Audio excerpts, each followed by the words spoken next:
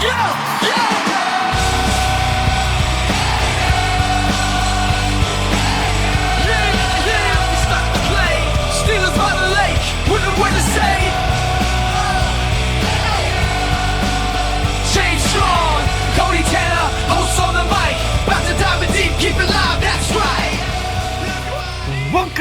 to the Steelers by the Lake podcast. My name is James Strong, joined once again by my co-host Cody Tanner. Cody, how are you this fine Saturday morning? James, I'm doing lovely. Life is just happening. Life's moving along, just the way it moves. There's a chance might be coming back to the big old Pennsylvania.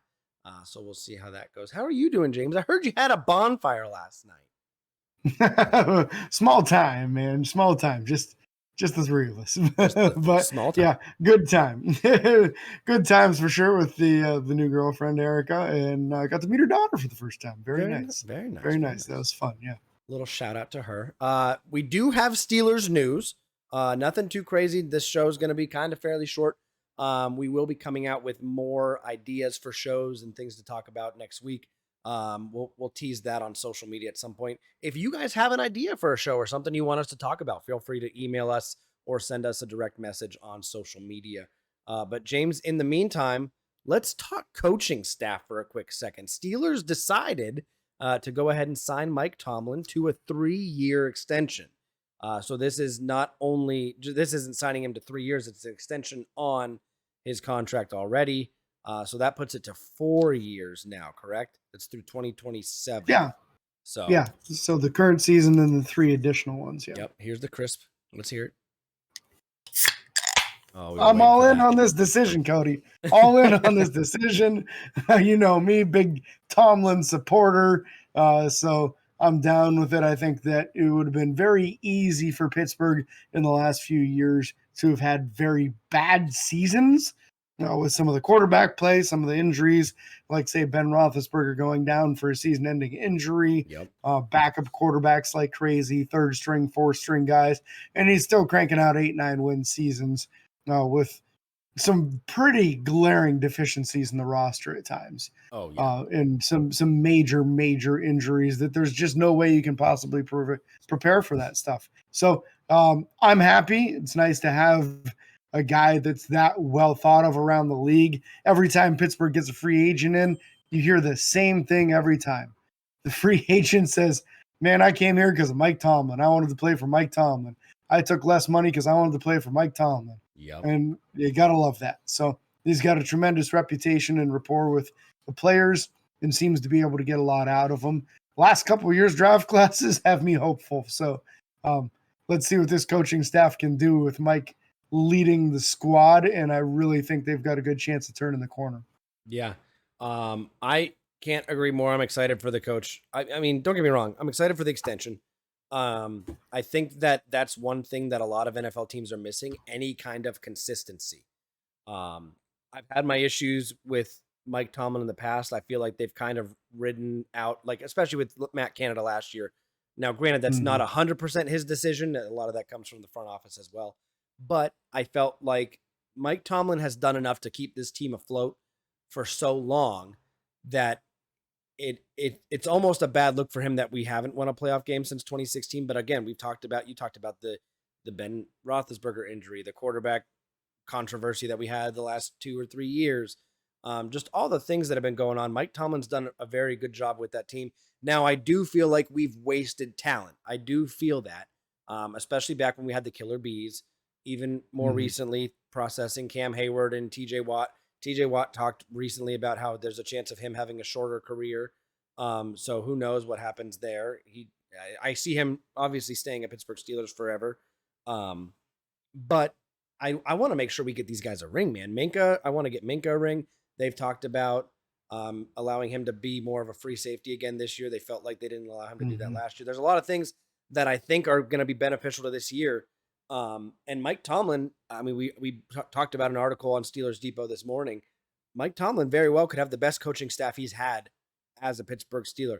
I think very early in his career with Dick LeBeau is hard to kind of fight from the defensive side of things. But Terrell Austin is doing phenomenal. Having Arthur Smith come in here and all the talks we've heard about, Calvin Austin III being more involved, potentially Darnell Washington being more involved, Pat Freiermuth. I think that this offense has a chance to be something this year that we haven't seen in quite some time. But again, a lot of that, and I'm going off on all these things, that all stems from Mike Tomlin. Mike Tomlin has done well with the teams he's had, which haven't been all that great from a leadership standpoint, from a quarterback standpoint the past few years. Maybe this is the year we break that drought of playoff losses. So I think it's got a really good potential because this, to me, we finally have some people in place that should be very competent at their job, maybe even excel at their job in the coaching staff.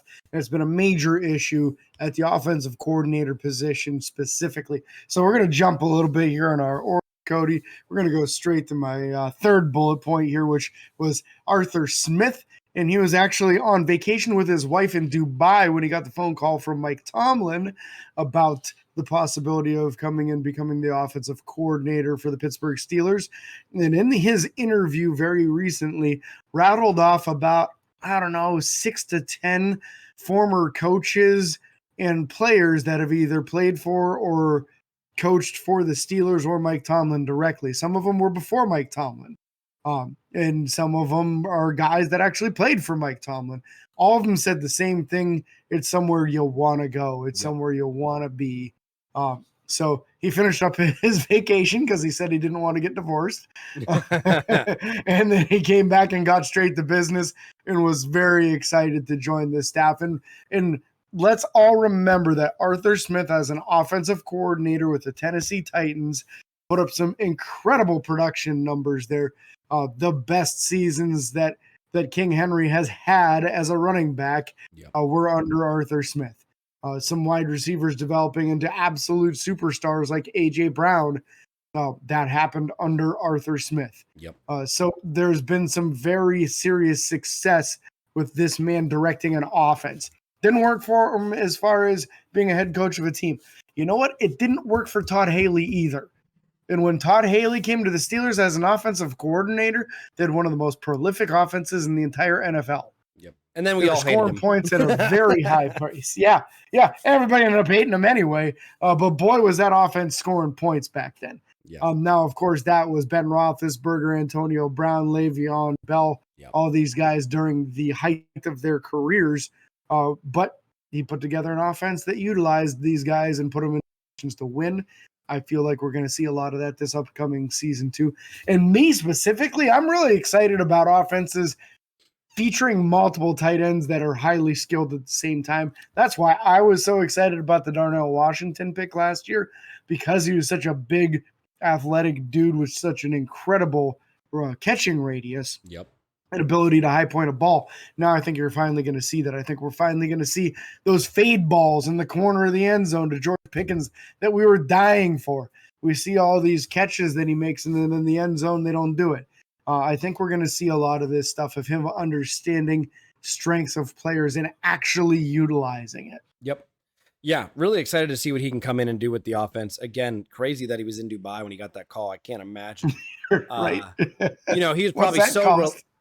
I'm just, obviously he finished out his vacation, but I can only imagine his excitement. And if he's as excited about football as he seems to be, and as I expect him to be, that when she went to bed at night, he was up game planning and making decisions and figuring stuff out.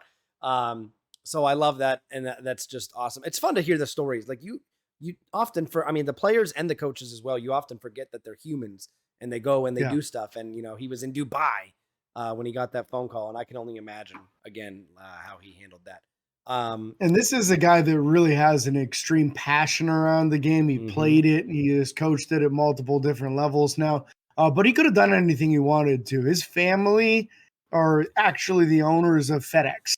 Like, that's what kind of money he comes from. So he could have done anything, but he wanted to be in football.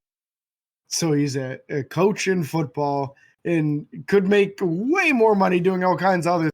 This is his passion. So I'm all on board on seeing what we have with Arthur Smith. And I might have to delete that old post that I put about him looking like Farva. You might have to delete it now. You might have to. Pittsburgh let's move to the player side of this a little bit. Actually, no, let's kind of keep it in the middle. we'll go to your fourth thing. So wide receiver coach Zach Frazier has been talked about that he's pushing Roman Wilson and Calvin Austin III and getting rave reviews on his progress from Calvin Austin III, or Calvin Austin III is, excuse me. Calvin Austin III also made a comment saying that, or excuse me, Roman Wilson also made a comment that Calvin Austin III is the leader of the wide receiver room, which is very interesting when you process there's a guy like George Pickens in the room, and actually kind of nervous for me to process that George Pickens isn't the leader in that room. What are your thoughts? And I think I'm not so worried about that because I've heard plenty of good about George this offseason. And all the feedback from his new teammates has been that he's been such a good teammate, a very positive person to be around. So I'm not worried about whether or not George is necessarily taking the reins and coaching his teammates up because they're also dang young anyway. Mm-hmm. But I love hearing that about Calvin Austin III, especially since he lost his entire rookie season, never got an opportunity to even play. Last year got a little bit more involved, but was more so just at the end of the year due to injuries than anything else. So this is his year, man. This is year 3 on a rookie 4-year deal. If he shows that he can handle it and Roman Wilson develops into something too, then you don't have to address the position for a while. Yeah. You can just roll with these young guys. You got plenty of good quality depth behind him with all these free agent acquisitions with Scotty Miller and Van Jefferson and Quez Watkins. All these guys are fine as 4th and 5th wide receivers. So it's about which one of these guys can step up. Who can be the route runner and the separator and the guy that you can go to down and trust to catch the ball. That's what we need to see. And I love hearing how much Zach Frazier is really putting the pressure. You know, it's pressure, iron sharpening iron. Pressure makes diamonds. Take your pick, whatever analogy.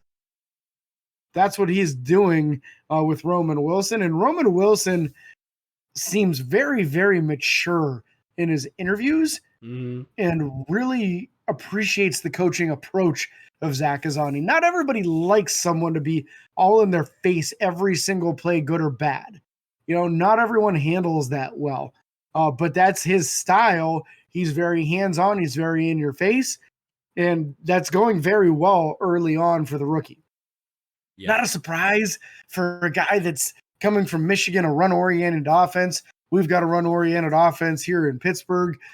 And he's very much so from that motto of no block, no rock, which means if you're not blocking for the running back, we're not throwing you the ball on a passing down. So Roman Wilson gets it. And I think he's going to remind a lot of people in the level of feistiness in his blocking game to how Hines Ward was as a blocker. Just very tenacious, never the biggest dude, just getting in the way and out hustling people and out leveraging people that he probably shouldn't just because his heart, you know? Yeah. Yeah. And talking about George Pickens, there was also Omar Khan was also recently on 93.7 The Fan and talked about him. And when talking about the Arthur Smith's offense and everything, he said, I think we all want the same thing, and that's to see the ball in George's hands. I love what I've seen about this offense and what Arthur Smith has been doing. Wherever Arthur decides to line up George to help him get the ball or use him as a decoy, I'm comfortable with. But George can do some pretty special George things, is what he said. And he's they're all on the same page. So I'm just excited to potentially see even George get some better balls and better options than he did last year. We talked, I mean, how many times did we see them just throw back shoulder passes up the sideline? Yeah. And he'd go up and just make crazy catches. And I think the quarterback room is better this year than it was last year. So yeah, by default, pretty much. Very interesting to see how this is going to go. And the offensive line is better. I mean, the only thing on that offense that didn't change, in my opinion, I think the wide receiver room probably stayed the same with Deontay Johnson gone, Roman Wilson in. I kind of think that's in the you kind of can't label that yet. Tight end room is obviously the same, and running back room is the same. But everything else, quarterback and offensive line, improved, which is kind of what was our major faults last year. The quarterback play was mediocre, and the offensive line couldn't block to save their life on run plays or pass plays. And there were plenty of games that mediocre generous prescription for the quarterback play. There were plenty of games where it was just bad. Yeah. So, I mean, you have to imagine anyone that thinks Mike Tomlin's going to, I mean, I understand the back half of the year is rough, but anyone that thinks Brutal. Mike Tomlin should not have his first losing season this year. There's no reason for it. And if there is, it's got to be because of crazy injuries or just that. I mean, that end could get rough, but I still think the team's going to come together enough. And we have enough depth pieces in specific positions. And I'm thinking specifically the middle linebacker position on the defensive side that there's 3 or 4. Well, really there's 3 guys that are going to get playing time and are going to make an impact. So I don't know. I'm excited to see everyone stay healthy, hopefully. And it might even be 4, Cody. You might be right with 4 because once Cole Holcomb's fully healthy, I don't know that he's going to be fully healthy and ready to go at the beginning of the year. There's a chance he won't be. And if that's the case, then we're going to see Patrick Queen and Landon Roberts at the beginning of the year, most likely. And Peyton Wilson. But I think they're going to put Peyton Wilson in that dime position very early on. And then the second Cole Holcomb's healthy enough to go, they're going to get him back out on the field. I could easily see all 4 of those guys getting significant playing time, with obviously Patrick Queen getting more playing time than the rest of them. Yeah. But yeah, I'm with you as far as like the position breakdown on the offense. That's the thing. Like I've seen a lot of early on predictions of people saying Pittsburgh's over under 7.5 wins this year. And I think that line has already changed because so many people have taken the over on it. But let's go, like you said, quarterbacks, right? How in the world is it not a better position with Russell Wilson and Justin Fields than it was with the group last year? Yeah. I don't see how it's not anything other than better. Running backs is a wash. It's the same crew. Tight ends a wash, same crew. Wide receiver, I can see an argument for it being worse because we did lose a Pro Bowl wide receiver, and we've got some question marks behind it. The back end of it is better with, Van Jefferson, Quez Watkins, Scotty Millers. These are accomplished, 3rd and 4th quality kind of wide receivers. So I would say that the back end of the depth is better, and then there's good potential in between, but it's tough to call it the same to me. I would say it's safe to call that right now a drop off. Yeah. But with the fact that one guy's a rookie and the other guy's only played one in the world and drawing rave reviews, it could actually end up a positive or a wash by the end of the year very easily. Yeah. I mean, the other guy Calvin Austin III only has 30 targets. That's it. Yeah. Yeah. That's and a 72-yard touchdown. Yeah. That's all he's got on his resume. I mean, it is what it is. Yeah. And then that offensive line is very obviously a major upgrade with a 1st round and 2nd round pick being added to the mix. And you got the same another guy later on last year. And you got the same guy. Like we didn't lose anybody. No, we did. We got rid of Mason Cole, but that's it. Correct. But that's addition by subtraction. It's automatically better by getting rid of him. Yep. He was your worst offensive lineman last year. I mean, some people would say Dan Moore, but we now have 2 first-round offensive tackles. So if Dan Moore struggles, he's out of there. Yep. And so let's talk about the center position too while we're at it. I mean, center, 2nd-round pick, center Zach Frazier did sign his rookie deal, and he's going to wind up getting a large percentage of his 3rd-year guaranteed. I think it wound up being 54, correct? 54%. Yes. 54. So that's a good deal for him. If you ever want to give us some of that money, let us know. We'll have you on the show. Would love to talk to you. He's a West Virginia boy, so now's your chance, Cody. Got to hit him up before I come back to PA. I'll reach out. Yeah. I'm going to reach out on Instagram right now. I'm going. There you go. Hey, Zach. What you doing? Right now, he's probably still up in Pittsburgh, right? They're. Oh, yeah. Yeah. I mean, I would say he's fully moved to Pittsburgh at this point. Yeah. With all the training camps and mini camps and all that stuff going on right now.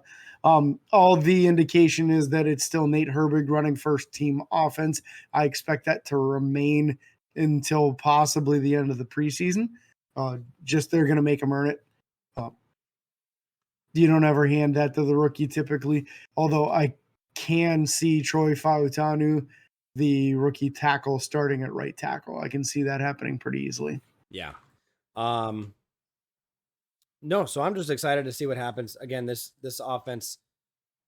Again, some of the major problems last year came from the offensive line and quarterback position. Both are upgrades. So really, really, really excited to see what happens. We will keep you guys posted again on what we're going to do next week. we're kind of in that lull and slow kind of season for the year. Just waiting for kind of a little bit more news to start. We're obviously going to be getting close to July 30th. We're about a month and a half away from the start of training camp. Excited for that. James, maybe we get a chance to go again this year. Maybe we don't. We tried to go last year, or we tried to go 2 years ago, and rained out. We got a hotel room and everything for nothing.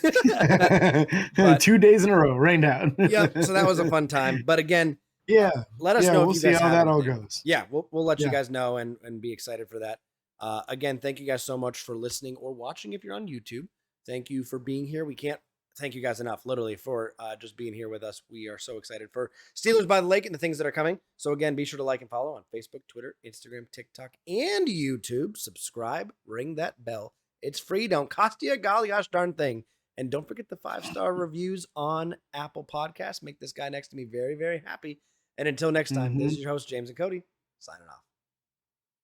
Peace.